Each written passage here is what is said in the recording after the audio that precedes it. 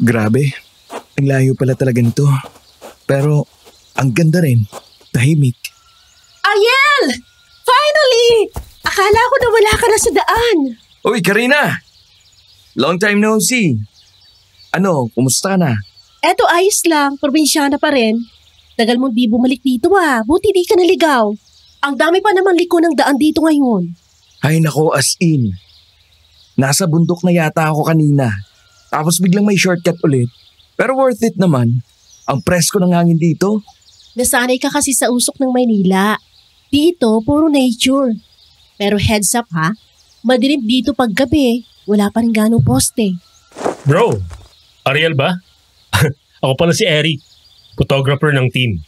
Ako magdo-document ng buong mission. Nice to meet you, pare. Buti may kasama tayong artist. Sayang to kung hindi makukuhanan. Oo, actually, matagal ko rin inabangan ang ganito dito sa baryo natin. Hindi ko na kasi maalala kung kailan huling nagkaroon ng medical mission dito eh. Talaga? Ganun na katagal? Akala ko regular tong ginagawa rito. Wala eh. Kulang sa budget, kulang sa volunteers. Yung iba, takot din pumunta sa mga ganitong lugar. Akala nila delikado. O kaya wala naman daw makikinabang. Sayang. Ang dami nating kababayan na napag-iiwanan. Kaya nga kahit short notice, tinanggap ko to. Gusto ko lang makatulong kahit konti. Astig ka rin bro Halatang hindi ka lang basta doktor para sa sweldo, no? Well, hindi naman masamang kumita. Pero mas fulfilling pa rin pag alam mong may nabago kang buhay.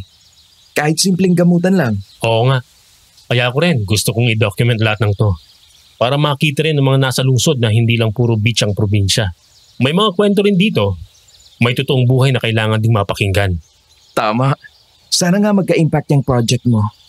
Sa totoo lang, dito ako lumaki sa Bicol pero after elementary, lumipat na rin kami ng family ko sa Maynila. Pero kumpara sa dati ang laki na ng ipinagbago rito. Ay oo. Ibang hangin dito. Tsaka may mga kwento-kwento rin na, parang urban legend. Pero alam mo yun, yung tipong kwento na paggabi mo lang maririnig. Kwento na parang... Tulad nung kay Lourdes, yung albularya rito. Hoy, ano ba yan, Eric? Kararating lang ni Ariel, tinatakot mo naman. Mamaya, muro niya sa medical mission Sinasabi ko lang naman eh. Hay nako Ariel, huwag mo seryosohin to si Eric Mahilig lang talaga siya sa mga urban legend. Totoo naman kasi lahat nga ng mga dumadayo rito, may nararamdaman din. Eric, wala ka namang pruweba. Kung malakas ang loob mo, ba't di mo pasukin ang kubo ni Lourdes? Pag nakabalik ka pa, ibig sabihin, mali ang hinala mo. Kung hindi, saka na ako maniniwala sa mga haka-haka mo. O, see? Hindi mo kaya tumahimik ka dyan. At ikaw naman, Ariel, huwag ka may stress sa mga sinasabi ni Eric. Since we'll start setting up tomorrow, tonight, pahinga ka na muna, okay?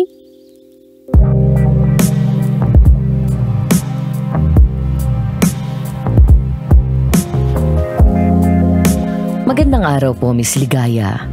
Ako nga po pala si Ariel. Hindi ko totoong pangalan.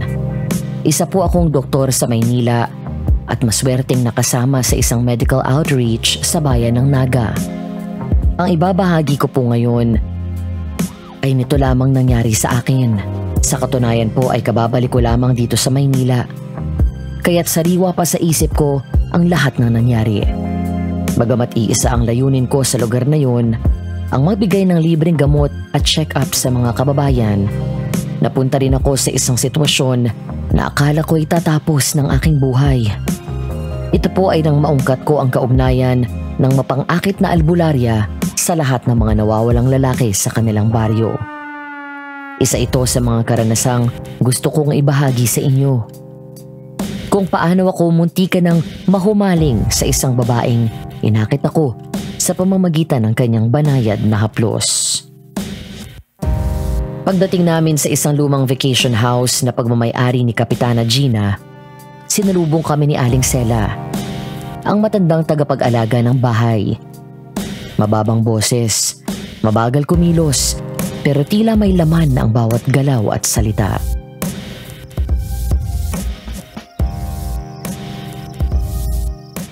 Pag dumilim na iho, huwag ka nang maglalakad mag-isa.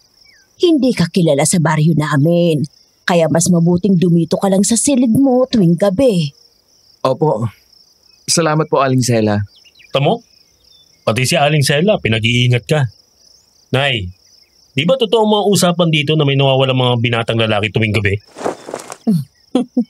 Ewan ko ba kung anong hangin ang bumabalot sa baryong to tuwing gabi. Basta't simula nang lumipat si Lourdes sa dulo ng kalsada, iba ng pakiramdam ko eh. Lourdes? Sino ho yun? Ganyan talaga si Aling Sela. Maraming kwento. Huwag mo na lang masyadong isipin. Kunwari, nakikinig ka na lang. Wait, parang good content para sa vlog ko to, no? Alamat ng Baryo Naga. Baka warning din yan sa atin. Di natin alam kung totoo o hindi. Pero mas mabuti nang nag-iingat.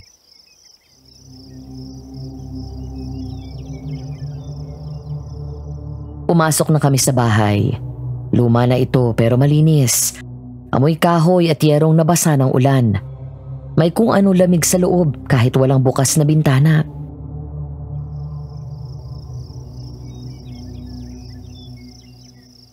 Mag-ingat ka, iho. Kung may kailangan ka, tawagan mo na lang ako. Nasa ibabaw ng mesa ang mga contact numbers. Opo, salamat po.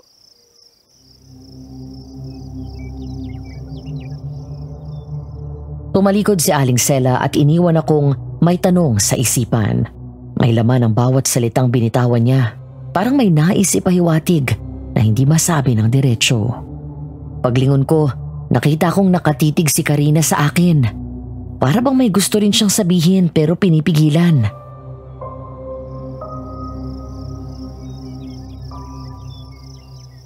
Ariel, pag may gusto kang puntahan, tawagan mo na ako ha. Kahit nakakahaka lang yung mga naririnig mo, mas maganda na rin yung nag-iingat. Akala ko ba hindi ka naniniwala? Sabihin na nating naniniwala ako. Pero ayokong umastang takot. Dahil pakiramdam ko lalo lang lalalang sitwasyon.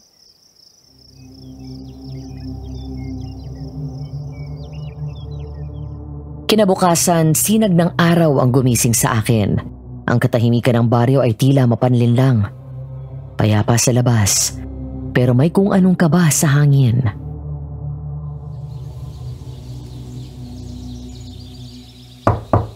Ariel, gising ka na? Ready na kami ni Eric. Magsiset up na raw sa covered court. Oo. Saglit lang. Magbibihis lang ako.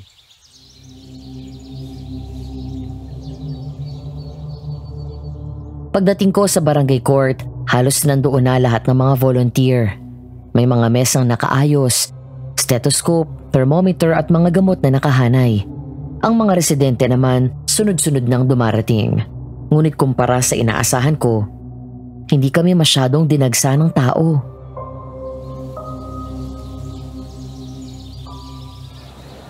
Parang gusto pa yatang sunduin ng buong baryo para pumunta dito, bro, ha? Sa tagal nang walang medical assistance sa lugar na to, mukhang wala pa rin interesado. Sanay ang bayan na to sa albularyo, tapal-tapal lang. Huwag kayong umasang dadagsang tao rito. O siya, mamaya na chika. Tutulong na muna ako sa pag-aayos ng pila ha, Ariel? Sige, Karina. Ikaw na rin bahala sa mga gamot. And Eric, bahala ka na sa documentation. Copy.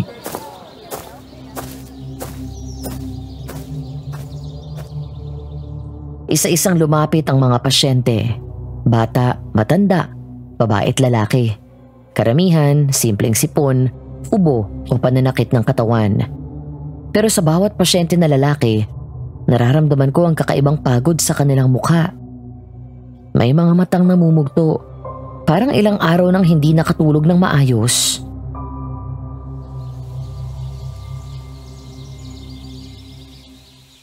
Okay po, kuya. Relax lang, ha? Ipit ko lang tong BP cuff. Deep breath. Okay, good. Noel po ang pangalan ko, Doc. Lagi po akong pagod. Kahit bagong gising, parang tinakbo ko ang buong palengke. Tapos minsan, nananaginip ako ng kung ano-ano. Ilang araw mo na bang nararamdaman yan, Kuya Noel? Mga 4 na araw na po. Pero simula nung nagpunta ako kay Lourdes para magpagamot, parang lalong sumama ang aking pakiramdam.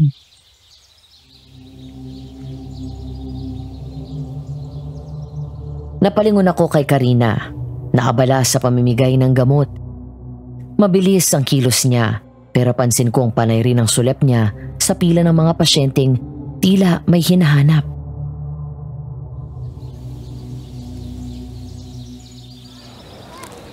Halos lahat ng binibigyan ko ng gamot, lalaki at parehong sintomas. Mahina ang katawan, bangungot, hindi makatulog. Ariel, hindi to normal. Napansin ko nga at halos lahat sila. Sinasabing galing sila kay Lourdes. Pare, tignan mo to. Ilan sa kanila ay pinsan o kaanap? Lahat. Once or twice nang nagpagamot kay Lourdes. Isang matanda nga kanina, umiiyak pa habang kinikwento yung panaginip niya.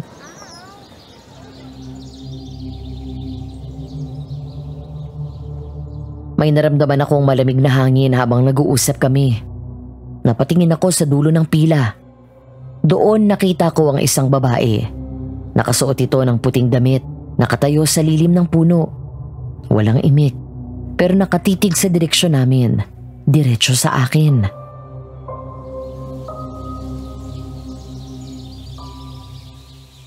Siya ba si Lourdes? Oo, siya nga. Oy, huwag ka magpapadala sa ganda niya, Ariel ha. Mag-iingat ka sa babaeng yan.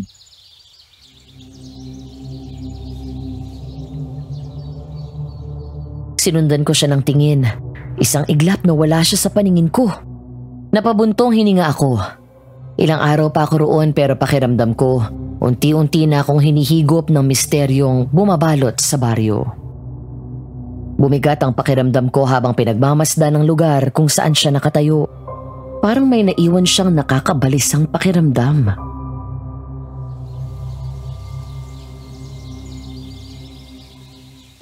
Uy, bro, okay ka lang? Parang namutla ka. Wala. Huwag kang makikinig sa kahit anong sabihin niya, Ariel. Kahit magpakita pa siyang parang mabait o maamo, hindi lahat ng maganda ay ligtas ka. Sus, ano yan? Biglang nagbago ang isip? Kanina lang di ka naniniwala sa akin ah. Takot ka lang eh. Baka maagaw sa'yo si Ariel Karina. Visit naman to oh. Hindi ganun yun, okay? Tsaka wala naman ako sinabing di ako naniniwala, di ba? Ang sa akin lang, sana di mo na sinabi kay Ariel. Nag-iisip tuloy yung tao, oh, tingnan mo. Akala ko ba sabi mo delikado? Eh di mas mabuti nga na may alam siya. Ay nako, di ka na talaga nawawala ng sagot. Diyan ka na nga. Doc Ariel, pahinga ka na muna ha. Darating na yung lunch natin.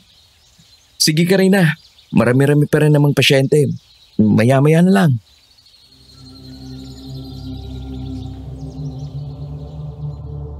Nagpatuloy kami sa pagtanggap ng mga pasyente. Pero kahit anong pilit kong ibalik ang focus, paulit-ulit bumabalik sa isipan ko ang tanong. Anong meron kay Lourdes na tila kinatatakutan siya, ngunit pinagkakatiwalaan din ng buong baryo?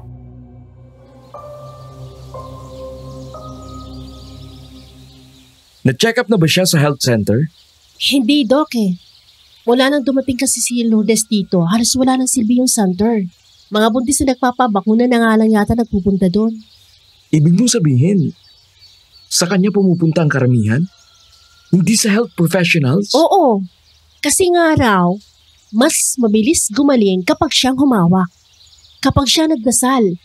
Kapag siya nagpakain ng tinola na may dahon na di ko naman alam kung saan kinukuha. May mga kwento nga na yung may tumor na matanda sa may dulo ng baryo. Wala pang isang linggo, wala na raw sakit. Pero wala pang isang linggo. Nawawala naman yung anak na binata hanggang ngayon, hindi pa nahahanap. Nawawala? Eric, Oo, laging sinasabi na baka naglayas lang. O nakipagtana na, tapos lumayo. Ang kaso, hindi rin makontak eh.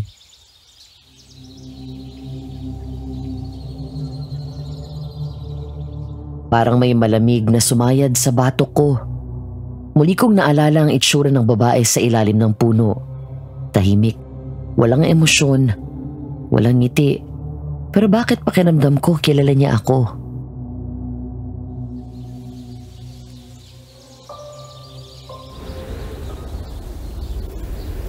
May record ba kayo ng mga pangalan ng nawala? kay Kapitana Gina, pwede tayo lumapit doon para makita. May mga records naman ng mga nawawala, kaso wala talagang aksyon. Tingin ninyo, Papayag siya na makausap ko. Kung lalapit kang mag-isa, baka hindi. Pero kung gusto mo, samahan kita mamayang 6:00 pagkatapos natin dito. Mas ligtas pag may kasama.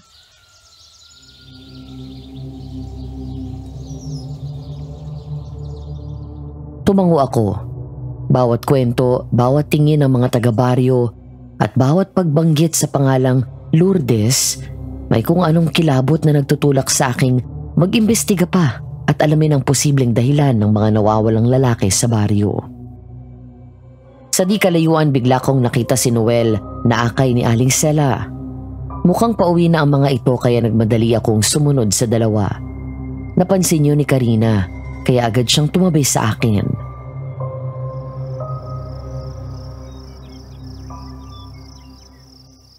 Ariel, saan ka pupunta? Saglit lang. Gusto ko lang makausap si Noel. May kailangan lang akong itanong. Tanong? Tungkol saan? Tungkol kay Lourdes? Oo. Gusto ko lang malaman kung anong relasyon nila. At kung anong alam niya na baka hindi sinasabi sa iba.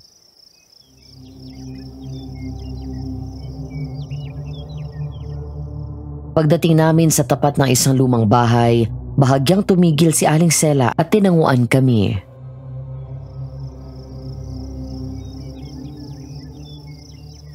Papasok muna kami, iho. Kailangang magpahinga na itong si Noel. Mahina pang katawan niyan. Kaano-ano niyo po si Noel, Aling Sela? Wala. Nandito siya para maingatan ko at mailayo ko sa masasamang nilalang na gusto siyang kunin. Po? Ano po yung ibig ninyong sabihin? May kinalaman po ba ito sa albularyang si Lourdes? Sinabi ko na, hindi ba't binalaan na kita tungkol sa albularyan yan?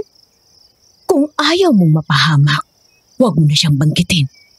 At huwag ka nang mangialam sa kung anong nangyayari sa baryong to.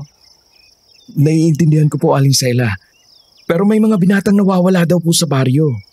Hindi ko po mapigilang mag-usisa. Dahil karamihan sa kanila ay mga pasyente ko po ngayon.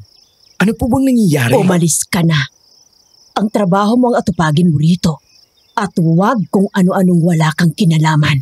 Aling Sela, sandali lang po. Kung pwede po, gusto ko lang po sana makausap si Noel. Kahit sandali lang. Sige. Pero dito lang sa may beranda, ha? At huwag mo siyang pipilitin kung ayaw niyang magsalita.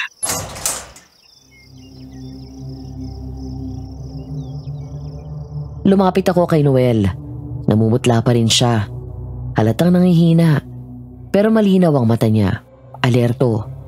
Para may gustong sabihin pero hindi makahanap ng tiyempo.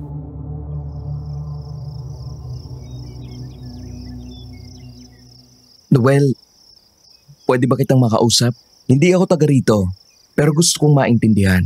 Si Lourdes, gusto kong malaman kung sino talaga siya at bakit laging nadadawit ang pangalan niya sa mga nawawala. Tama si Aling Sela, Dok. Mas mabuti nang wala kang alam. Dahil baka madamay ka lang mapahamak. Noel, habang nandito ako, pwede naman akong tumulong. Lalo na kung tungkol sa kalusugan ng pinag-uusapan. Mahalaga ang medical assistance. Hindi lahat ay nadadaan sa mga albularyang gamutan. Dapat ay naiintindihan din ng mga tao sa baryo ninyo. Wala ako sa posisyon para makialam tungkol dyan. Kung nagre-reklamo ka dahil kakunti ang pasyente mo, kay Kapitan Gina ka lumapit. Baka matulungan kanyang manghikayat ng mga tao. Alam ko, Noel. Ang gusto ko lang malaman sa'yo ay kung sino ba talaga si Lourdes. Paanong panggagamot bang ginagawa niya? Bakit may usap-usapang nawawalang mga lalaki dito? Wala akong kinalaman dyan. Huwag akong tanungin mo. Kaya pakiusap. Huwag mo akong usisain tungkol kay Lourdes. Mabait at matulungin na manggagamot yun. Pero kung nagdududa ka, ikaw na lang kumausap sa kanya.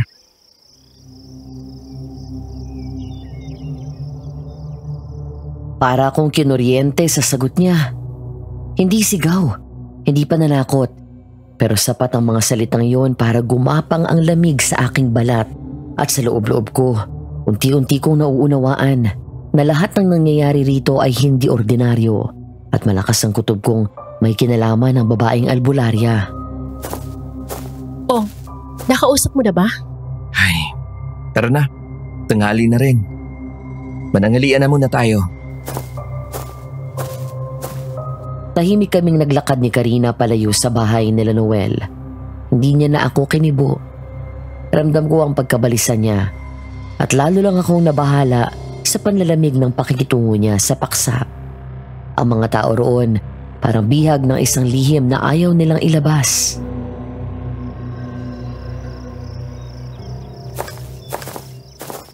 Ariel, huwag mo masyadong pakialaman si Lourdes kung ayaw mo makuha ang atensyon niya. Pero bakit? Dahil ba sa takot? Hindi lang takot, respeto rin. O baka pagsuko. Sa dami ng taon na dito siya, nasanay na kami. Wala naman siya ginagawang masama. Nung una. Walang ginagawang masama. Pero may mga lalaking nawawala, Karina. At walang gustong magsalita. Hindi madaling kalabanin ang hindi mo lubusang nauunawaan, Ariel. Hindi mo pa siya nakakarap ng malapitan. Kapag naranasan mo na, saka ka magsabi kung ano dapat gawin.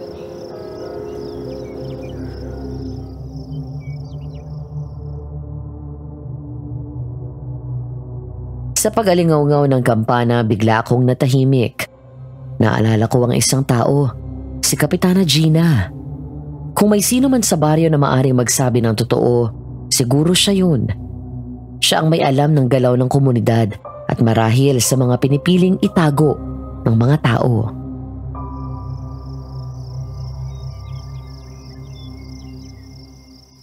Karina, kailangan kong makausap si Kapitana Gina. Ngayon? Tanghali na, baka sarado na yung opisina. Pupuntahan ko pa rin. Hindi ko pwedeng baliwalain to. Gusto ko lang makakuha ng kahit anong clue.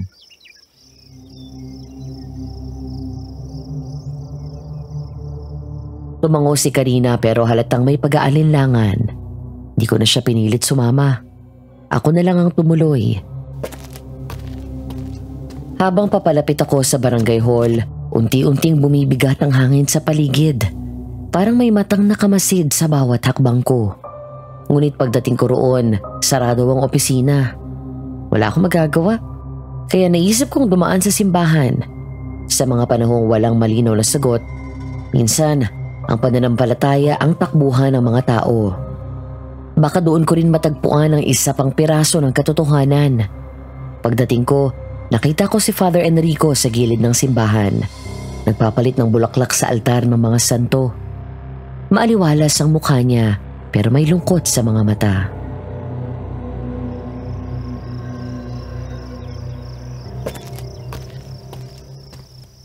Father Enrico? Ako nga. At ikaw naman ay? Ako po si Dr. Ariel. Isa sa mga volunteers sa medical mission dito sa barangay. Gusto ko po sanang humingi ng konting oras ninyo. May kailangan po akong itanong. Tungkol kay Lourdes, tama ba?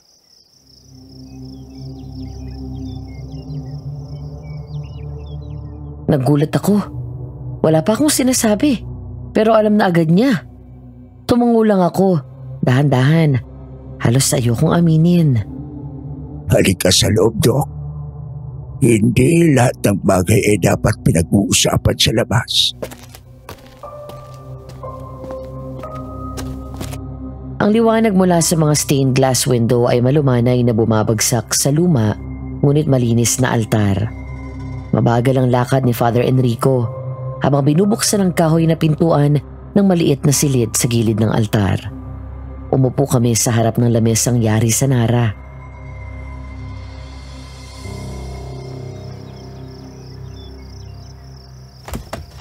Tahimik na ang baryong ito sa paningin ng iba, Dok. Pero hindi lahat ng tahimik ay payapa. Yun nga po ang nais kong maintindihan. Hindi ako naniniwala sa chismis. Pero iba to, Father. Lahat ng daan na tinatahak ko, kay Lourdes ang dulo. Sino po ba siya talaga? Matagal nang nakatira dito si Lourdes. Halos kasamayan ko nang ma-assign ako sa parokyang ito. Pero kahit ilang dekada na ang lumipas, hindi siya tumatanda. Hindi rin siya nagkakasakit. At ang mas nakakagulat doon, Lahat ng lumalapit sa kanya, dalawa lang ang nangyayari. Biglang gumagaling o biglang nawawala. Biglang nawawala? May mga ulat noon. Kalalakihan, karamihay mangingisda o tagagubat. Basta may matinding karamdaman. Lalapit kay Lourdes, tapos hindi na muling makikita. Wala namang ebidensya. Walang bangkay. Kaya wala ring kaso. Hindi ba't delikado yon? Bakit walang nagtanong? Walang tumutol o nag-imbestiga? Dahil natatakot ang mga tao. Kahit papano, gumagaling ang anak nila. Ang ina nila, ang sanggol na halos hindi na humihiga sa simpleng tapik ni Lourdes sa noo. Para bang may milagro. At alam mo naman iyo, madalas sa buhay ng tao kung sino ang nakakatulong, sila ang pinapanigan. Pero hindi naman ho yata tama yun. Sa pagitan ng buhay at kamatayan, kakapit ang tao sa dilim. Mailigtas lang ang mahal sa buhay. At ang mga nawawala, parang isang sakripisyo na lang kapalit ang mga buhay na idiniligtas ni Lourdes sa baryong ito.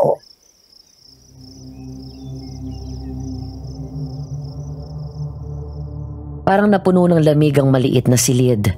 Biglang sumikip ang dibdib ko. Hindi ko alam kung dahil sa takot o sa matinding kuryosidad.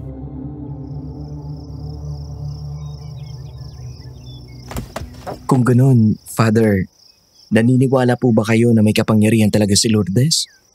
Naniniwala akong may hindi siya sinasabi. At naniniwala rin akong darating ang panahon na mabubunyag ang lahat.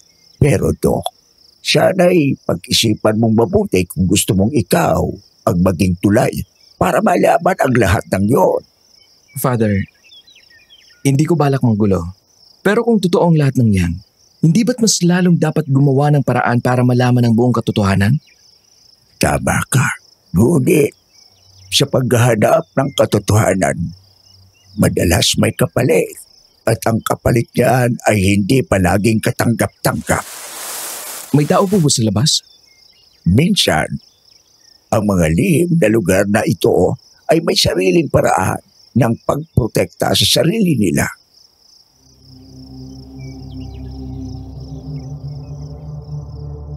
Tumayo ako at nilapitan ang bintana. Walang tao, pero may iniwang bakas sa lupa. Tila bakas ng paa, ngunit hindi ordinaryo. Mas malalim, mas kakaiba ang hugis.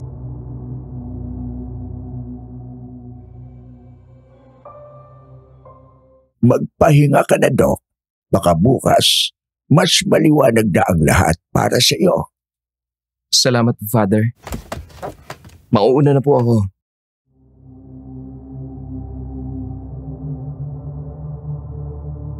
Lumabas ako ng simbahan na parang may bumigat sa balikat ko. Hindi ito pagod. Hindi rin ito kaba. Isa itong tahimik na babala. Sa aking paglalakad-lakad napansin kong bukas ang bintana ng maliit na bahay sa gilid ng gubat. May liwanag sa loob. At isang aninong nakatayo sa likod ng kurtina. Ngunit ramdam ko na parang nakatingin sa akin. At kahit hindi ko makita ang muka, alam kong siya yun. Si Lourdes. Kinabukasan maaga akong nagising. Kalmado ang paligid, pero ramdam ko pa rin ang bigat ng mga tanong mula sa nagdaang araw. Sa pangalawang araw ng medical outreach, mas dumami ang dumating na pasyente. Karamihan ay matatanda at kababaihan. Pero ang kakaiba, wala pa rin mga kalalakihan.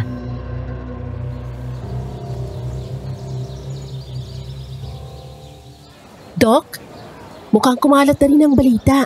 Mas marami na tayong bisita ngayon. Pero wala nang mga lalaki, Karina. Kahit isa.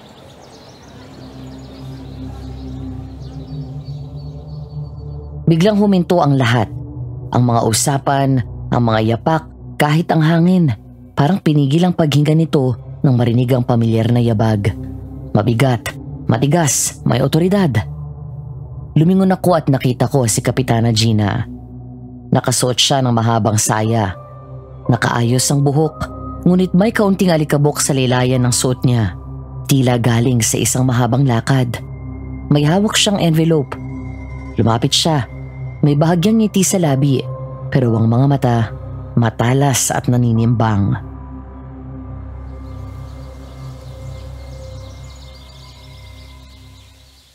Magandang araw, Doc Ariel. Maraming salamat sa inyo, ha. Malaking tulong ang ginagawa niyo rito sa aming baryo. Walang anuman ho, pero ngayon lang po talaga ako nakakita ng ganitong baryo. Tahimik pero parang may itinatago. Pero ginagawa lang po namin ang tungkulin namin bilang volunteer.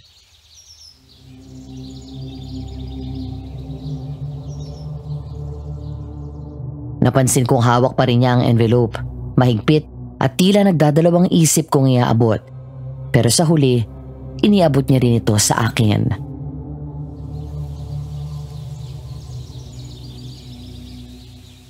May iniwan si Karina sa opisina ko kagabi. Sabi niya kailangan mo raw ito. Listahan? Oo, Doc. Naalala ko kasi yung sinabi mo kahapon na may mga kulang sa listahan ng pasyente mo. Kaya sinubukan ko alamin kay Kapitana kung may listahan ba sila ng pwedeng rason.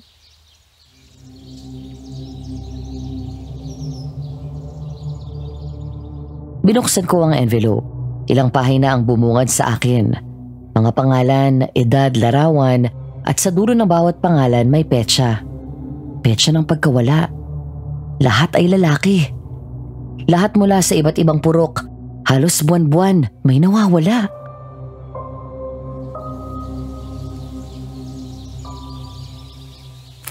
Bakit walang nagsasabi nito?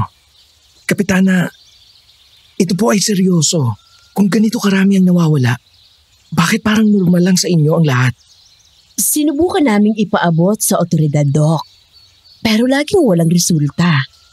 Laging kulang ang ebidensya, paulit-ulit. May ilang pamilyang umalis na lang sa baryo, ang iba tinanggap na lang at natutong manahimik.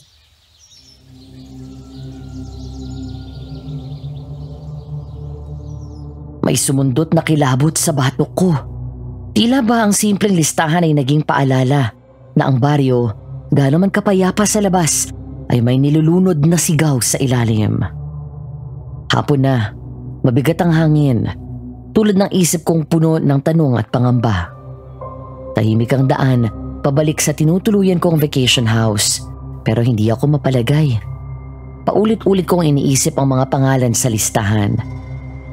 Bigla kong napahinto sa tapat ng tarangkahan nang mapansing may nakatayo sa gilid noon. Isang babae, matikas ang tindig, malinis ang kasuotan, isang puting bestida na may palamuti sa laylayan, maayos ang alon-along buhok na nakaipit sa kanyang tenga. Maamo rin ang kanyang mukha, maputi at makinis ang balat. Parang hindi tinatamaan ng init ng araw kung iisipin. Kung hindi ko alam kung sino siya, aakalain ko ang bisita siya mula sa lungsod. Hindi albularya ang sinasabing may kinalaman sa mga nawawalang binata sa baryong iyon. Magandang hapon, Doc. Nabalitaan kong marami kayong natulungan kanina. Salamat sa inyo. Hindi ako agad nakakibo. Inaasahan kong makita siya sa madilim na sulok ng baryo. Hindi sa harapan ng bahay. Hindi ko alam kung dahil ba sa itsura niya o sa tahimik niyang presensya, pero ay kakaiba sa damdaming bumalot sa akin.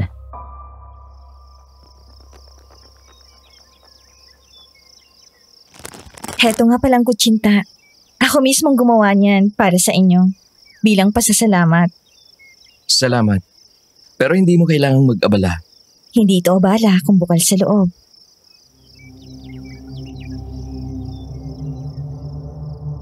May kung anong lamig ang dumaan sa batok ko. Ang boses niya, banayad, parang laging may kasunod. Parang sinusukat kung gaano ako kahandang harapin siya. Pwede ba akong pumasok kahit sandali lang? Parang gusto kong tumanggi. Pero mas malakas ang bulong ng kuryosidad. At ang kutob na sa pag-upo namin sa isang mesa ngayong dapit hapon ay may babaguhin siya sa kung paano ko titignan ang baryo. At hindi ako tatanggi sa kabang gumagapang sa akin ngayon. Pero mas hindi ko kayang palampasin ang pagkakataon. Sige, tuloy ka.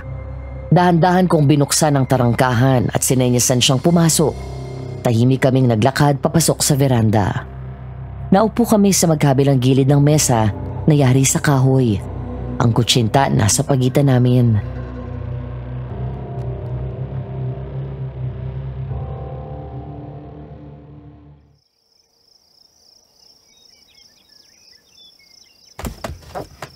Hindi ko inaasahan na ikaw mismo ang lalapit sa akin. Hindi rin ako sanay na gawin ito, Doc. Pero minsan, kapag nararamdaman mong may panganib na sa hangin, kailangan gumawa ng hakbang. Anong klaseng panganib? Yung uri ng panganib na hindi kailanman tinanggap ng sensya, pero alam ng kaluluwa. Minsan, ang katahimikan ay hindi tanda ng kapayapaan, kundi isang babala. Hindi na ako magpapaligoy-ligoy pa. Marami ang humahanga sa'yo. Naniniwala sa kakayahan mo. Pero hindi lahat ng sakit ay nadadaan sa alternatibong gamutan. Kung minsan, kapag pinipilit, lalo lamang lumalala. O mas lalo lang nakamamatay. Wala akong pinipilit sa kanilang maniwala sa akin. Gagamutin ko ang sino mang lalapit at ang hindi ay hinahayaan ko. Kung sa tingin mo ay masama akong tao sa ginagawa ko, pasensya na, Doc. Pero sa gawain ito ako nabubuhay. Nabubuhay? Paano? Ang sabi-sabi, hindi ka naman tumatanggap ng bayad. Hindi lahat ng ikabubuhay ay mula sa pera, Doc. Well, si Noel, isa sa mga pasyente mo. Pero mahina siya ngayon. At kailangan kong gamutin. Anong ginawa mo sa kanya? Si Noel ay bata pa, ngunit matalas ang pakiramdam. Marami siyang nakita. Marami siyang hindi dapat naririnig. At ikaw? Marami ka na rin bang nakita at narinig? Higit pa sa dapat. Kaya kung ako sa'yo, pag-aralan mong manahimik. Pero ngayon, lumalapit ka sa akin. Bakit? Dahil ayoko namang ang kasunod na pangalan sa listahang hawak mo ngayon ay ikaw. Anong ibig mong sabihin? May mata ang kagubatan para sa akin. May tenga mga lumang bahay na naririnig ko. Tanggapin mo tong ibinibigay ko, Doc. Hindi ko alam kung magkikita pa ulit tayo. Pero sa huli, hindi gamot ang makakapagligtas. Minsan panalangin o kaya'y paninindigan. Mas mabisang mga yon.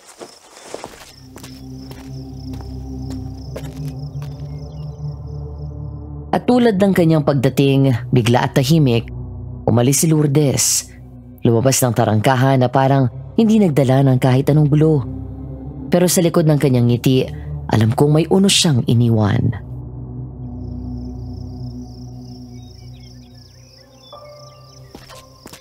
Ariel! Si Lourdes ba yun? Anong ginagawa niya rito? Oo, siya yun. May dala lang ng kutsinta. Siya mismong lumapit?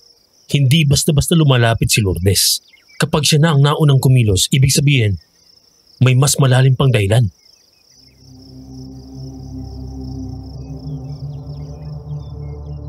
Ngayon ko lang nakita si Eric na ganun kaseryoso. Nagkatinginan kami ni Karina.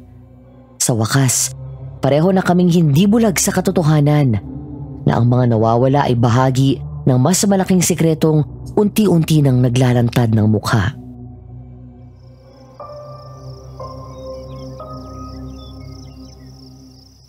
Ariel, tama na. Huwag ka nang makialam.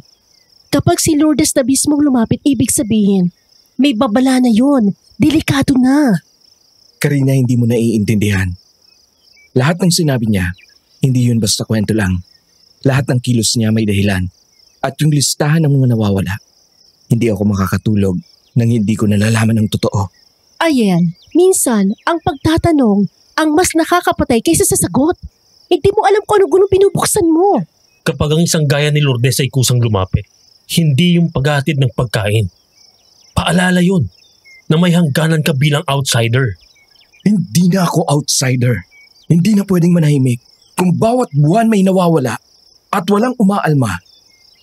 Sino pang lalaban para sa kanila?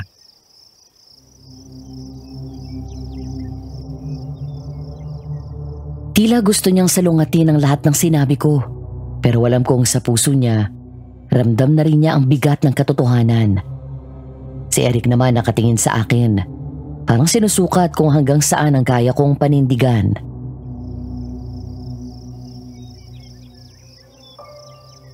Kung totoo ngang may masamang puwersang gumagalaw dito, mas lalong hindi ako pwedeng umurong. Kung ganon, hindi mo to kailangan gawing mag-isa. Kung gusto mong alamin ang lahat, isama mo kami. Delikado masyado kung wala kang kasama. Tama si Karina pare. Handa naman kaming tumulong. Mas delikado to kung gagawin mo ng mag-isa.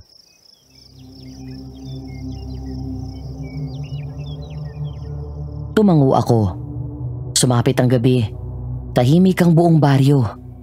Masyadong tahimik. Na para bang lahat ay may hinihintay o iniiwasan. Bitbit ang maliit na flashlight at matinding pag-aalinlangan, naglakad ako patungo sa masukal na bahagi ng kakahuyan. Doon sa dulo, halos natatabunan na ng mga damo ang sanga. Naroon ang kubo ni Lourdes. Bawat hakbang ko, parang may malamig na kamay na dumadapo sa batok ko. Pero hindi ako tumigil. Sa wakas natanaw ko ang kubo.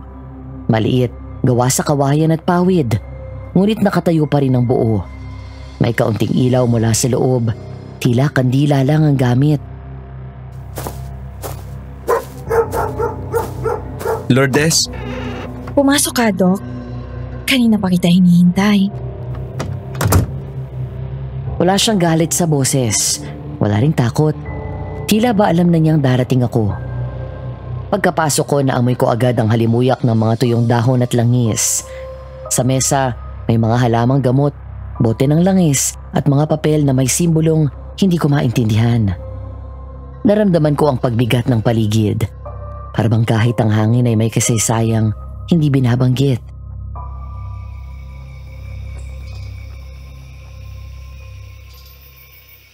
Masyadong malakas ang loob mo para pumunta rito ng mag-isa, Doc. Akala ko mapipigilan ka na kanina, pero mukhang hindi ka basta natatakot. Wala akong masamang intensyon, Lourdes. Hindi ako nandito para mangusga o manakot. Gusto ko lang malaman ang katotohanan. Katotohanan? Gaya ng alin? Alam kong alam mo kung ano ang tinutukoy ko. Hindi ba't mas maganda ako manggagaling mismo sa'yo? Para malinaw? Para marinig ng buong gabi kung ano ba talaga ang gusto mong tuklasin. Gusto kong malaman kung anong kinalaman mo sa mga nawawalang residente dito. Kung may mga nawawala, bakit ako agad ang nasa isip mo? Dahil ako ay albularyo? Dahil hindi niyo ako maintindihan? Dahil lahat ng nawawala, huling nakita malapit sa kabahayan mo. Dahil ikaw ang laging binabanggit ng mga residente. Hindi sa boses na may galit, kundi takot. At dahil kahit walang nagsasalita, parang lahat ay sumusunod sa isang di nakikitang utos na galing sa iyo. Yan ang problema sa mga galing sa labas. Akala nyo, lahat ng hindi nyo naiintindihan ay masama. Lahat ng hindi nyo kayang ipaliwanag, kailangan ng solusyon. Kung talagang gusto mong malaman ng totoo, Doc, huwag kang lumapit bilang tagapagligtas. Dahil baka ang sagot, ikaw mismo hindi kayaning tanggapin.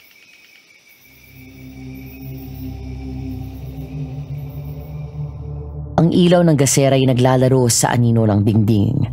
Ang amoy ng langis at pinatuyong halaman ay nanunuot sa ilong ko. Tahimik ang paligid, maliban sa mahinang ugong ng kuliglig sa labas. Habang ako ay nananatiling nakatayo sa harap ni Lourdes, pilit pinapanatiling kalmado ang sarili. Napakatapang mo talaga, Doc. Pero alam mo bang ang tapang, kapag hindi maingat, ay nagiging kahinaan? Ngumiti siya ng maamo. Tila walang masamang intensyon, ngunit sa likod ng ngiting iyon ay may aninong hindi mawari. Pagkatapos ay humakbang ito palapit sa akin. Inaplos ang aking braso ng banayad at mabagal. Kailangan mong magpahinga, Doc. Napapagod ang isip kapag pinipilit maghanap ng mga sagot. Sa haplos ng palad niya sa braso ko, mainit malambot, ngunit may kung anong bigat. Para may dumaloy na kung anong malamig sa loob ng aking kalamnan. Biglang umikot ang paningin ko. Parang biglang naging malabo ang paligid. Kumakapit ang hininga ko sa dibdib at ang boses ni Lourdes ay tila nagiging bulong na lumulutang sa hangin.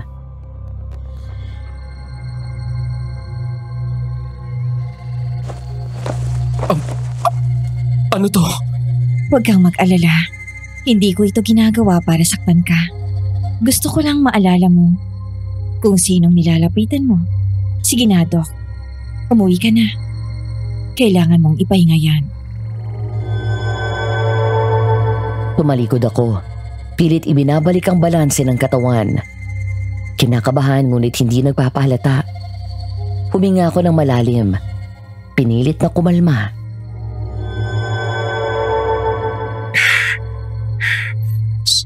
Salamat sa oras mo, Lourdes. Kailangan ko nang umalis. Ingat ka, Doc.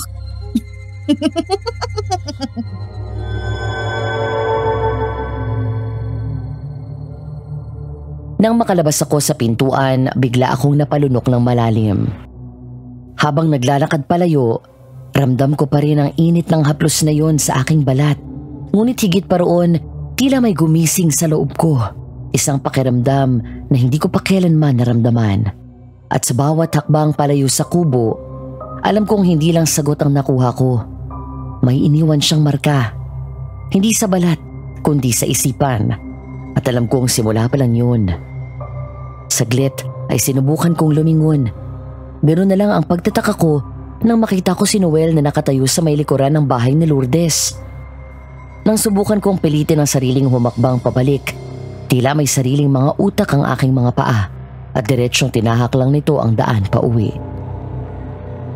Ramdam ko pa rin ang lamig ng simoy ng hangin sa pumapasok sa suot kong jacket habang marahan akong lumabas ng bahay.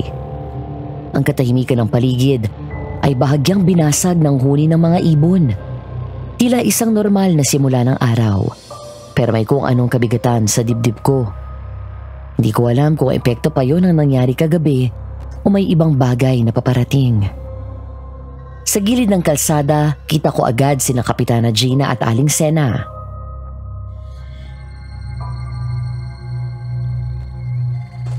Sela, hindi ko na alam kung paano ko uulitin sa'yo.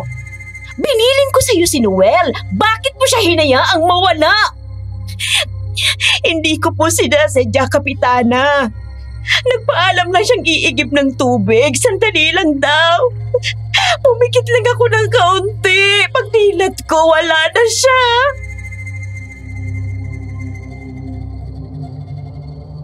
Napakunot ang noo ko. Ang pangalan ni Noel ay tila martilyong muling tumama sa isip ko. Sa pagkakatanda ko, siya ang nakita kong nakatayo sa likod ng bahay ni Lourdes kagabi.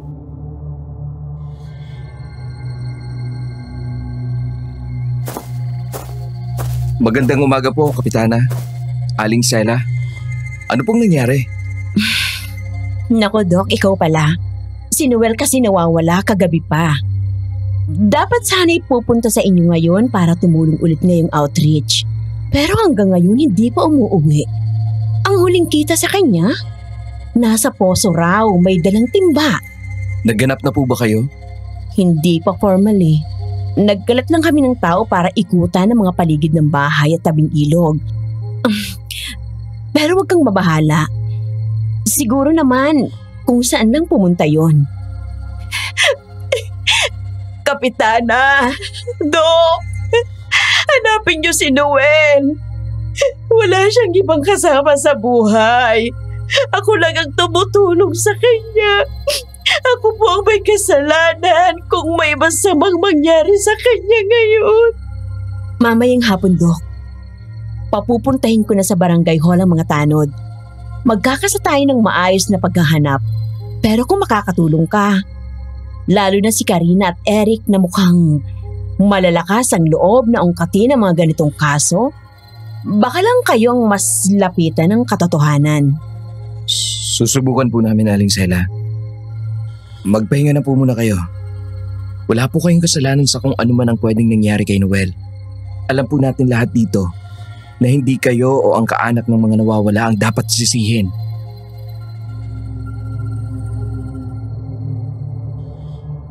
Tinulungan kong makapasok muna sa bahay niya si Aling Sela bago ako dumiretso sa covered court.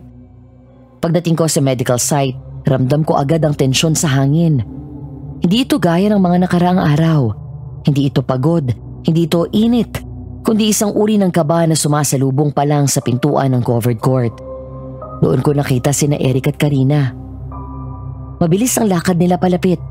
Pareho silang may kunot ng noo at pamumutla na hindi ko alam kung dala ng puyat o ng takot.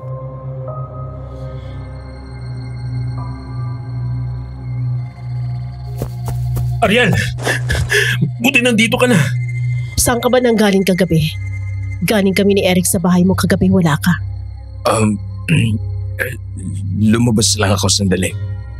Ariel, nawawala si Noel. Alam ko. Paano mo nalaman? Narinig ko si Kapitana kanina. Nagagalit kay Aling Sela. Basta ang sabi, simula pa kagabi, hindi siya umuwi. Sinubukan na rin maghanap ng ibang mga taga rito kahit sa mga kaibigan at kakilala niya, pero wala eh. Nagtanong na rin si Kapitana sa ilang residente. Wala. As in, parang naglaho. Ariel, yung totoo, saan ka galing kagabi? Sa kubo ni Lourdes. Ano? Pare, anong ginawa mo ron? At pumunta ka pa talaga mag-isa sa kubo ni Lourdes? Ariel, anong iniisip mo? Kailangan ko lang malaman ang totoo. Pare, kanina, parang hindi ka gulat sa mga binalita namin kay Noel. Sabihin mo nga sa amin, nakita mo ba si Noel doon? Oo, nakita ko nga siya roon. Ano? Sinasabi ko na nga ba eh. Paglabas ko, pagkatapos kong makausap si Lourdes, si Noel, nakita ko sa likod ng bahay niya. Nakatayo lang siya. Parang wala siya sa sarili. Parang walang emosyon ang mukha niya. Delikado to, Ariel. Pagkagaya ng iba, tuluyan na rin mawala si Noel. Kaya nga kailangan na natin kumilos hanggat may oras pa. Diyos ko, ano ba kayong dalawa? Paano kung kayo naman ang mapahamak? Hindi naman siguro. Kung hihingi tayo ng tulong kay Father Enrico. Kailangan niyo pa ba talaga makialam? Karina, ang tagal na natin sa baryong to. Akala mo ba, hihinto yan kung magiging tahimik tayo? Baka nga mangyari, lalong maubos ang tao rito. At hindi lang lalaking tuluyang mawawala. Hihintayin mo ba bang lumala ang lahat? Tama si Eric, Karina. Habang maaga pa, mas mabuting kumilos na tayo ngayon.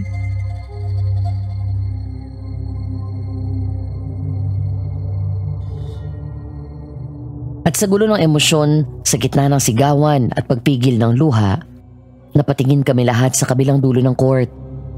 Doon sa may lilim ng puno sa gilid ng covered court, nakatayo si Lourdes. Suot pa rin niya ang parehong puting blusa. Hindi nagbago ang ngiti. Tahimik, kalmado at parang walang nangyayari. Pero ramdam ko ulit ang haplos niya, hindi sa balat kundi sa loob, sa kaibuturan. Para siyang multong may hawak sa utak ko.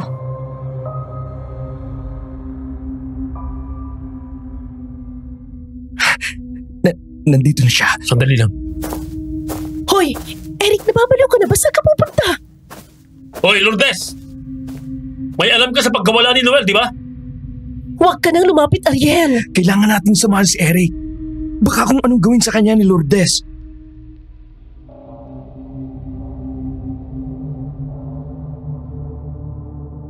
Agad kaming nagtakbuhan ni Karina papunta kay Eric.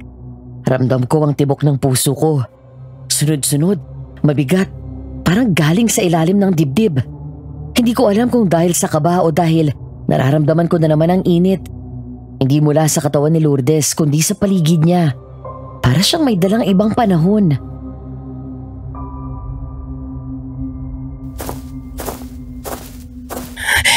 Eric, para kang bagong panganak na bata eh. Ano akala mo? Kung may mangyayari sa'yo? Wala akong pakialam. Kailangan nating malaman ng totoo. Hindi na pwede ang puro takot.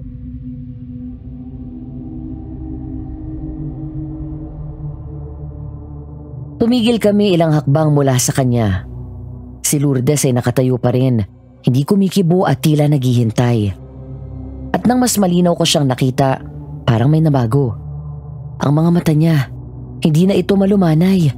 Ito'y malalim, mabigat, mapang-akit at nakakatakot.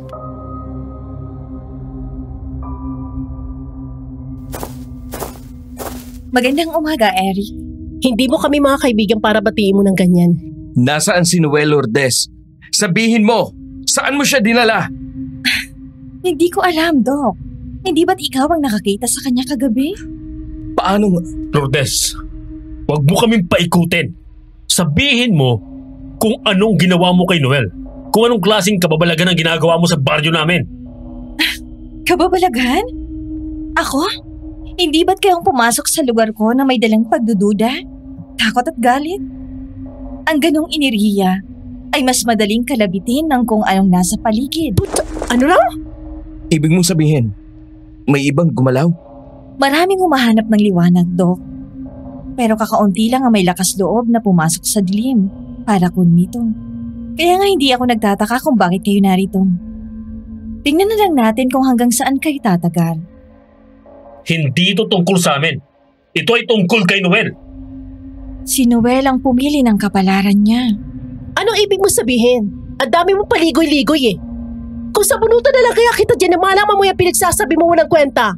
Sumagot ka na maayos, Lechika. Lourdes, anong ibig mong sabihin? Nasaan ba si Noel? Wala akong dapat ipaliwanag sa inyo.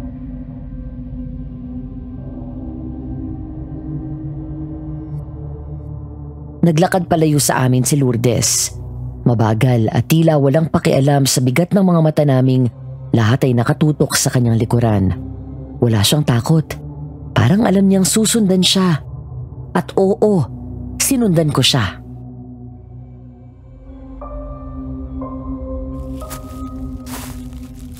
Ariel! Hoy! Ano ginagawa mo? Kailangan kong malaman ang lahat. Sa sinabi ni Lourdes, posibleng buhay pa si Noel. Hihintayin pa ba nating masayang ang pagkakataon to? Ariel! Sandali lang! Huwag kang sumabak mag-isa! Hindi. Dito lang kayo. Lapitan niyo si Father Enrico. Humingi kayo ng tulong.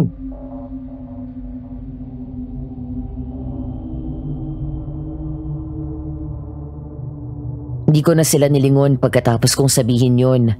Hindi dahil ayokong pakinggan sila, kundi dahil ramdam ko na isang maling hakbang lang, mawawala na siya sa paningin ko. Pumasok siya sa likod ng paaralan, sa mas makapal na bahagi ng puno, sa lugar na parang hindi na naaabot ng araw. Tumingin siya sa akin saglit. Si Lourdes, sa kanyang mga mata, hindi ko na alam kung siya pa ba talaga yun. Parang may ibang nilalang na tumitingin pabalik.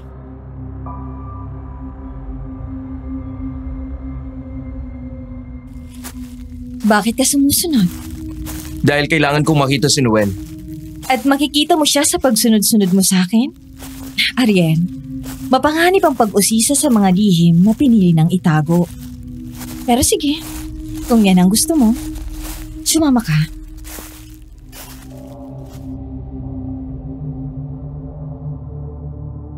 Lumakad kaming muli sa mas malalim na gubat. Mas malamig ang hangin. Para bang unti-unti akong hinihiwalay sa mundo ng tao. At habang sumusunod ako, ramdam kong may gumagalaw sa paligid. Parang may mga matang nakamasid at nag-aabang. Biglang, isang amoy ang tumama sa ilong ko.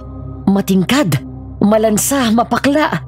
Parang pinagsamang dugo, nabubulok na laman at usok. Napapikit ako at napasinghap. Ano tong amoy na to? Tumingin sa akin si Lourdes at doon ko nakita ang biglang pag-iba ng aura niya. Wala nang mapagkumbabang ngiti. Wala nang malamig niyang katahimikan. Ang naiwan ay isang ngising may dalang bangungot. Ngayon mo na aamoy ang katotohanan, Ariel.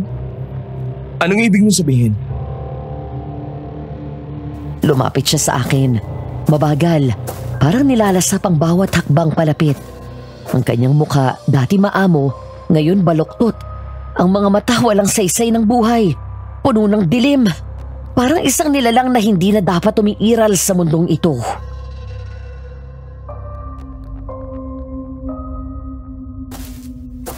Alam mo, maswerte ka. Yung iba, Hindi man lang nabigyan ng pagkakataong magtanong. Pero ikaw ay pinayagang tumingin. Dahil alam kong naghahanap ka at hindi titigil. Nasaan si Noel? Bakit ba lagi niyong hinahanap ang mga hindi na dapat hanapin? Kapag nawala, ibig sabihin may dahilan. At minsan, ang dahilan ay hindi mo gugustuhin marinig.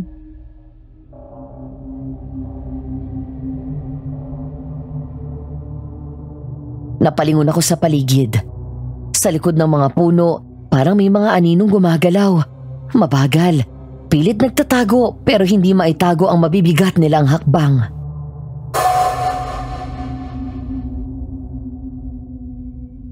Ano ka ba talaga? Anong ginagawa mo sa mga lalaki dito sa baryong ito? Ako? Isa lamang akong manggagamot. Ngunit sa gabi, gaya ng iba, meron din akong pangangailangan.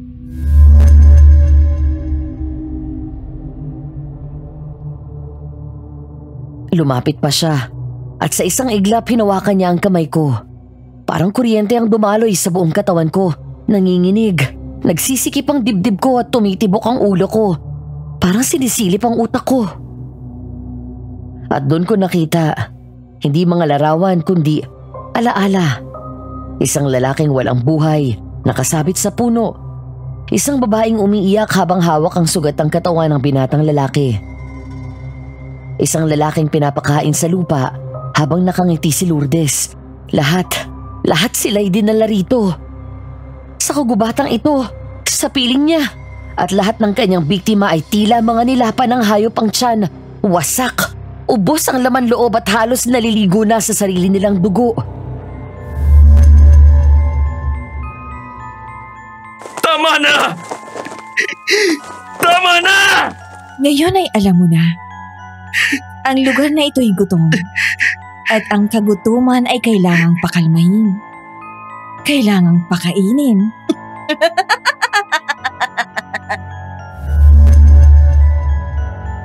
Binitawan niya ang kamay ko. Nanginginig akong napaluhod. Ramdam kong basa ang pisngi ko. Hindi ko na ba alam kung pawis ba to o luha. Pero malinaw na sa akin ang lahat. Si Lourdes, hindi siya tao. Isa siyang aswang. Isa siyang nilalang na hindi kayang ipaliwanag ng agham, batas o dasal. Anong kailangan mo sa akin? Wala. Hindi ba't gusto mong usisain lahat? Ngayon, ipinakita ko na sa'yo. Sapat na ba ang mga nalaman mo? Nasaan si Noel? Biglang dumilim ang langit. Parang may lumamon sa araw. Wala pang ilang saglit, napalitan ng kulay abo ang paligid. Hindi gabi, pero hindi rin umaga. Isang uri ng takip silim na hindi mo alam kung may katapusan. Tahimik pa rin ang kagubatan, pero may bumibigat at may bumabalot. Tumingin sa akin si Lourdes. Dahan-dahan ang bawat galaw niya. Tila may sinasayaw na ritual. Ang mga kamay niya, iniangat niya sa hangin. Tapos, iniunat sa akin. Sa anyo ng kanyang mga daliri, tila may ginuguhit siyang hindi ko maintindihan. Ang lahat ay may kapalit, Ariel. At ito ang kapalit ng pang-uusisa mo. Anong ginagawa mo? Lumapit siya. Mabagal. At sa bawat hakbang niya palapit sa akin, tila may humihigop sa lakas ng tuhod ko. Parang may humahaplos sa bato ko na malamig at mapanlin lang. Biglang hinawakan niya ang mukha ko gamit ang dalawang kamay niya. Dahan-dahan at maingat. Parang nangaakit. Parang inaamo ang isang hayop bago katayin. Lourdes, anong ginagawa mo sa akin? Ang katawan ay lalang ng mundo. Ngunit ang alaala ay sa lupa. At ang alaala mo ay inaangkin na rin ang kagubatang ito. Hindi ko maramdaman ang paligid. Ang mga puno ay tila umaangat. Ang lupa ay humihinga. Parang may mundo sa ilalim ng mundong yon at pilit akong hinihigo pababa. Tama na. Ayoko na. Ayoko na. Pero hindi siya tumigil. Patuloy siyang humahaplos. Ang kanyang mga kuko tumatama sa balat ko. At sa bawat tama nito, may mga imaheng pumapasok sa isip ko. Hindi lang mga larawan, mga pakiramdam, sakit, sigaw, takot. Sa isang iglap, pakiramdam ko ay nawawala ako. Huwag kang lumaban. Lahat sila lumaban. At tingnan mo kung nasa na sila ngayon. Hindi ako tulad nila. Ngayon pa lang, Ariel. Alam kong alam mo na isa ka sa kanila. Hindi ka na lang saksi at mapang-usisang dayo. Ikaw na ang susunod. Napaatras ako. Nanginginig na rin ang aking mga kamay. Nang hinawakan ko ang aking dibdib, parang gusto na nitong kumawala. Pakiramdam ko, babagsak na ako anumang oras. Pero biglang... Ariel! Mula sa di kalayuan, sumabog ang sigaw niyang parang putok sa tenga ko. At sa sigaw na yun, naputol ang haplos ni Lourdes. Tumingin siya sa direksyon ng sigaw. Pagkatapos ay hinihingal na binitawan niya ako. Para siyang hayop na naabutang nangangain ng buhay. Hindi maaari. Anong ginagawa mo kay Ariel, Lourdes? Napalingon si Lourdes kay Karina. Ang dating maamong mukha, ngayon ay punong-puno na ng galit. Nag-aalab ang mga mata niya. Parang nasusunog ang kaluluwa niya mula sa loob. At para bang bigla siyang tumanda ng 10 taon. Hindi niyo dapat pinakikialaman ito! Hindi ito para sa inyo! Kayong mga bata, mga walang alam! Mga hadlang! Wala kang karapatang saktan ng kahit sino dito sa baryo namin! Halimaw ka! Anong meron sa'yo, ha? Anong binubulong mo sa kanya? Para siyang bumangga sa pader ng hangin. Humakbang si Karina, pero tila may bumalot sa kanya. Akala mo'y usok o enerhiya.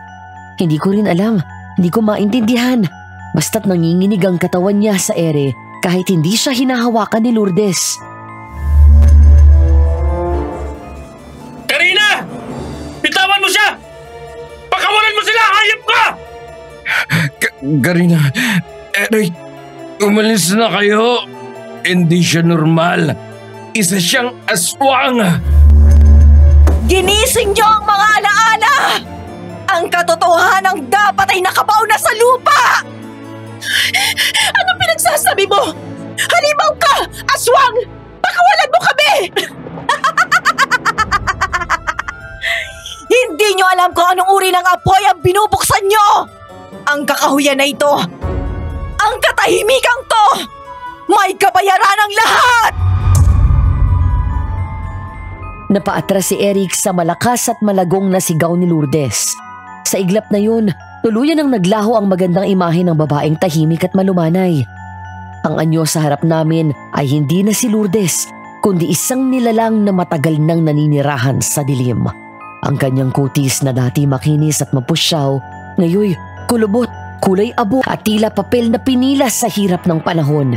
May mga bitak-bitak sa gilid ng kanyang labi at ang mga ngiti dati maamo, ngayon nakausli ang naninilaw na mga ngipin.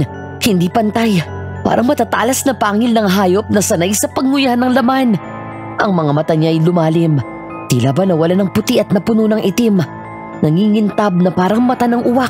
May gumagapang na mga ugat sa paligid ng mga pisngi at noo. Itim at pulang parang nabubulok na ugat sa ilalim ng balat. Ang leeg niya ay pumayat ng husto.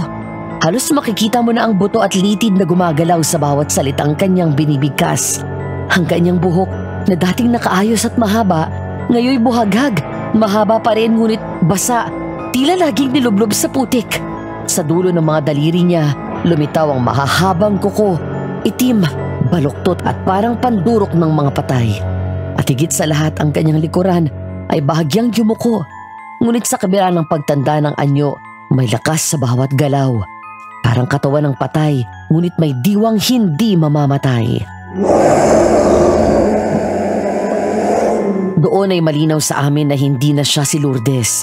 Isa siyang matandang aswang. At habang unti-unti siyang lumalapit sa amin, dama ko ang bigat ng presensyang iyon.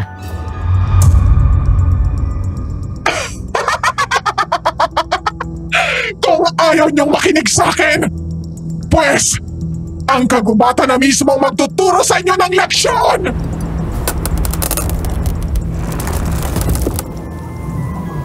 Biglang sumulpot mula sa gilid sina Aling Sena, Kapitana Gina at Father Enrico. Habol ang hininga nila. Tila matagal nang tumatakbo.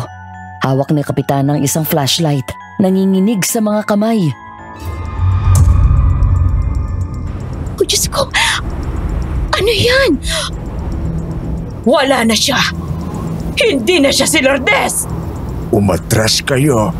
Di na siya nasa ilalim ng kanyang sariling lakas. Mga pakialamera! Akala niyo ba ligtas kayo sa mga kasalanan ng lugar na ito? Ang lahat ng binuhay at pinagaling ko, ito ang kabayaran! Kumunot ang noo ni Lourdes. Isang galaw ng kamay. Mabilis at tila may kasamang hangin na pumunit sa paligid. At doon sa gitna ng madilim na lupa, tila may bumukang bunganga ng impyerno. Ilang saglit lang at mula rito'y iniluwal ang halos wala ng buhay na katawan ni Noel. Hubad ang pangitaas niya, puno ng galos, nalalambot, duguan ang gilid ng kanyang mga bibig. Noel! Sa harap naming lahat nakaluhod si Lourdes. Ang anyo niya, ngayon may lumalabas ng mahahabang kuko sa kamay. Punit-punit ang mga kasuotan at sa isang iglap, sinimulan niyang lapain ang katawan ni Noel. Hindi na siya tao. Isa siyang hayop.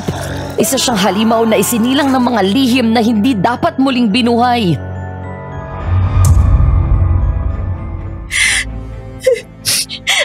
Anong kasalanan namin sa'yo? Bakit mo ginagawa ito? Tama na. Tama na. Noel, apo ko! Ang apo ko! Sa gitna ng sigawan, unti-unting humakbang si Father Enrico. Wala siyang dalang armas. Hawak lamang niya ang rosaryo at isang maliit na bote ng banal na tubig. Tumigil siya ilang hakbang mula kay Lourdes, kahit nanginginig.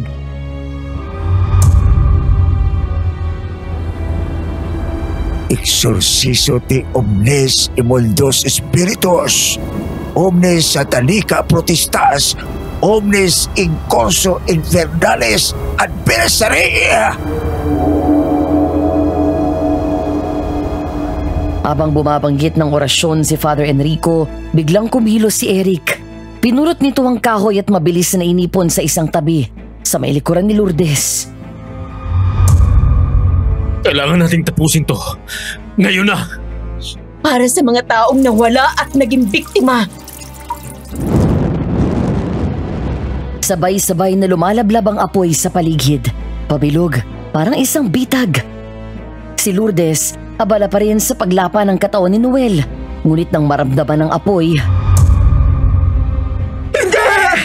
Hindi pa ako tapos!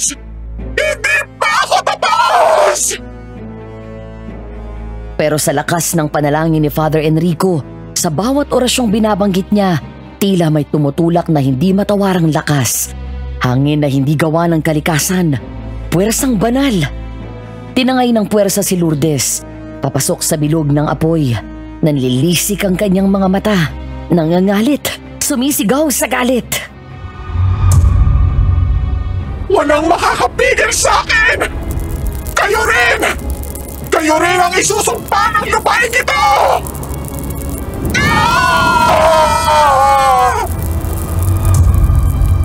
Tinupok ng apoy ang kanyang katawan. Sumisigaw si Lourdes hanggang sa mapaos, hanggang sa wala nang natira kundi usok, abo at isang katahimikang parang matagal na naming inaasam. Naupos ang madidilim na ulap sa ibabaw. Walang iniwang bakas maliban sa malamig na hangin at ang amoy ng nabubulok na hindi mo matukoy kung saan ang gagaling. habang ako naman ay nangihinang napaluhod. Basang-basa ng pawis at animoy hinihingal sa lahat ng mga nasaksihan. Tapos na? Ariel! Eric! Karina. Makalipas ang ilang araw, muling sumikat ang araw sa bayang minsan ay nilamon ng dilim. Malamig pa rin ang hangin. Ngunit wala na ang bigat sa dibdib ko. Parang may naibalik. O baka naman may nawala na dapat nang mawala. Nagtipon-tipon ang mga tao sa barangay court. May konting kainan, may konting sayawan, pero mas nangibabaw ang pasasalamat.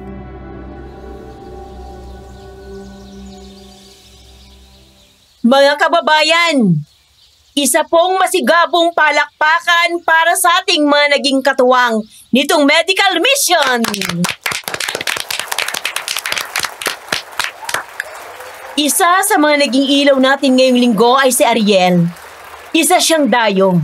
Pero sa loob ng ilang araw, naging bahagi siya ng pamilya natin. Ngayon, pakinggan natin ang kanyang mensahe para sa lahat. Hindi ko alam kung paano ko ito uumpisahan. Pero salamat sa pagtanggap, sa tiwala at sa pakikibaka. Kahit hindi lahat ng sugat ay kaya ng gamot, natutunan kong kayang gamutin ang katotohanan at kabutihan. Maraming salamat po. Anak, sa kabila ng lahat, salamat. Para to sa'yo nga pala. May mga kakanin yan at ilang delicacies. Pasensya na't di ko lang alam kung paano ko pasasalamatan ang isang katulad mong may mabuting puso. Maraming salamat po, Aling Sela. Mag-iingat po kayo parate. Kung alis ka man bukas, siguraduhin mong babalik ka. Dami pang dapat ayusin sa mundo, Ariel. Pero ngayon, pahinga ka muna. Deserve mo yun.